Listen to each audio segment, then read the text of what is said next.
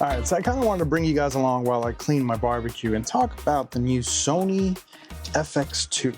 This is a really weird camera that's only recently released that I don't think anybody asked for. There's kind of an uproar right now on the internet. Everybody's really upset about this camera, and I think the general consensus is, well, people don't like it. They don't understand why Sony even released it, and they just don't see the point in it. And I tend to agree. I'll tell you why in a little bit, because I understand, I feel you guys. When I accidentally saw this camera on YouTube, I was actually just going on YouTube to do some research on some guitars, and recently back into the groove of things, and I'm really into guitars again and starting to collect them again. So I went on YouTube just to kind of do some research on this particular guitar, and there it was in my feed, the Sony FX2, and I was like, what is this, right? So I clicked on the video, I think it was Gerald Undone, skimmed through it real quick, and then I went to another video just to kind of see, what was the overview, what's the showcase? And yeah, it was whatever to me. I didn't understand it. It's like, who is this camera for? Why does this camera exist? Is it necessary? And the answer is it's not. And that's the thing, right? Who's this camera for? No one really knows. And then you had all these creators that were upset that they were getting all this backlash for promoting this camera, or I don't know, maybe giving it good reviews or hyping it up. And they were kind of addressing that. Now, look, I understand that creators are, one, being paid by Sony to do a video, and I have no problem with that. That's their job. That's their business, right? They're there to promote their channel and do their thing. What I do have a problem with is if they're calling it a review, when in reality it's a showcase. So as long as they're showcasing the product and they're not calling it a review, I get it. All right, we all have brains.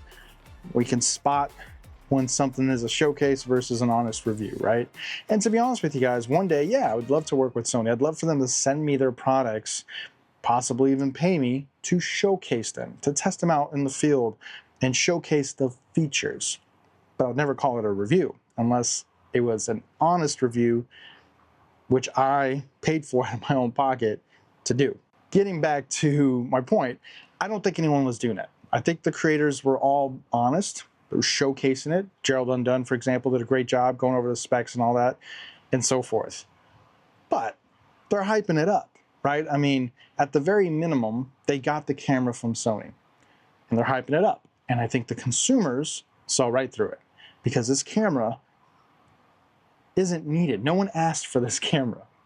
So this camera, from how I understand it, is a new cinema body of the A7 series, the A7IV and so forth. And similar to how the FX3 is a cinema body to the A7S line. So this camera, the FX2, is sitting somewhere between the FX3 and the FX30. Is it really necessary?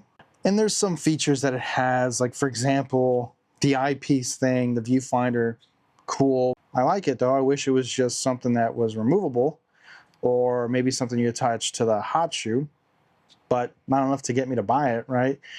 I mean, essentially it's the same thing as the A7IV, but it's crippled. Actually, it's crippled in the exact same way that the A7IV is, even though it's in a cinema design or cinema body, which should allow it to do more things and prevent it from overheating, but it's still cropped at 60 frames per second. It's a complete mess, right? And then it takes me to all right, well, if they're positioning this camera the way that they are, then they must be getting rid of the A7S line, because the FX3 Mark II will surely replace that. So does that mean that the A7 IV and so forth, the A7 line, is going to be replaced by the FX2? And then there's certain things where they're promoting it as a video first camera, but can do some photography. I mean, wasn't that what the A7IV was?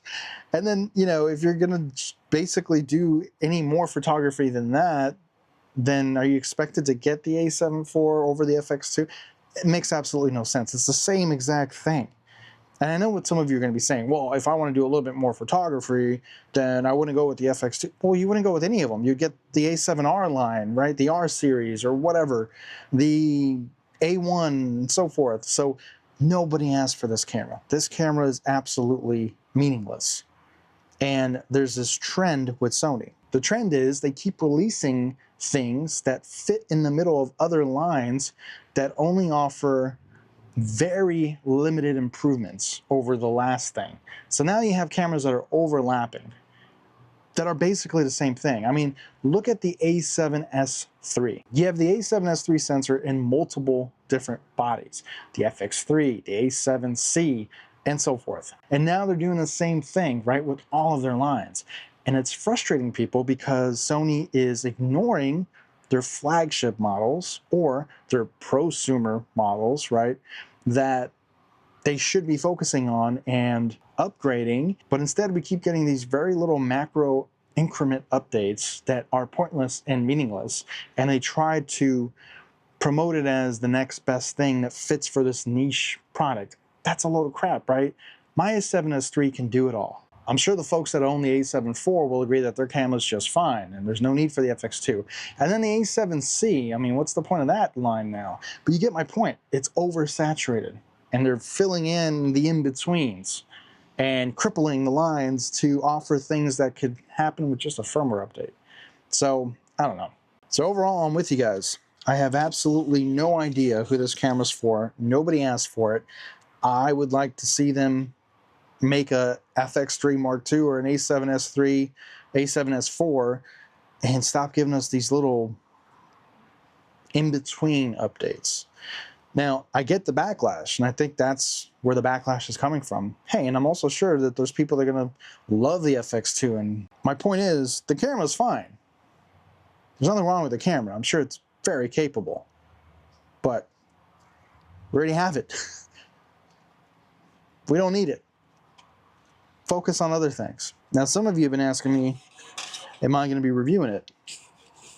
Well, I mean, honestly, no. I don't have any interest in reviewing it, and I'll be honest with you guys. I already know what it is. I don't need to do test footage. I don't need to go through all that. The footage is going to look very similar to the A7S3 or the A7IV or whatever. And the features that they added, you've already seen it. Like, there's nothing that is like groundbreaking with this camera. Is it a good camera? Sure. If you want to buy it, buy it. But Sony can do better. So, long story short, I mean, maybe I'll rent it one day. I mean, I'm sure it's coming out in August or something like that. And I know they're having issues with their manufacturing, so who knows when it's actually going to be available. But if I do, I mean, it's going to be something that I rent, make the video for you guys, and then probably just give it back, and that's it. What do you guys think? Leave me a comment below. Do you think the FX2 is necessary? Are you excited about this camera? More importantly, what's going to happen with the A7S3 line or the A7S line or the A7 line in general? Are we going to see these cameras slowly trickle away and disappear? Is the FX line and the cinema lines going to be replacing the hybrid and the video-centric lines like the A7S line?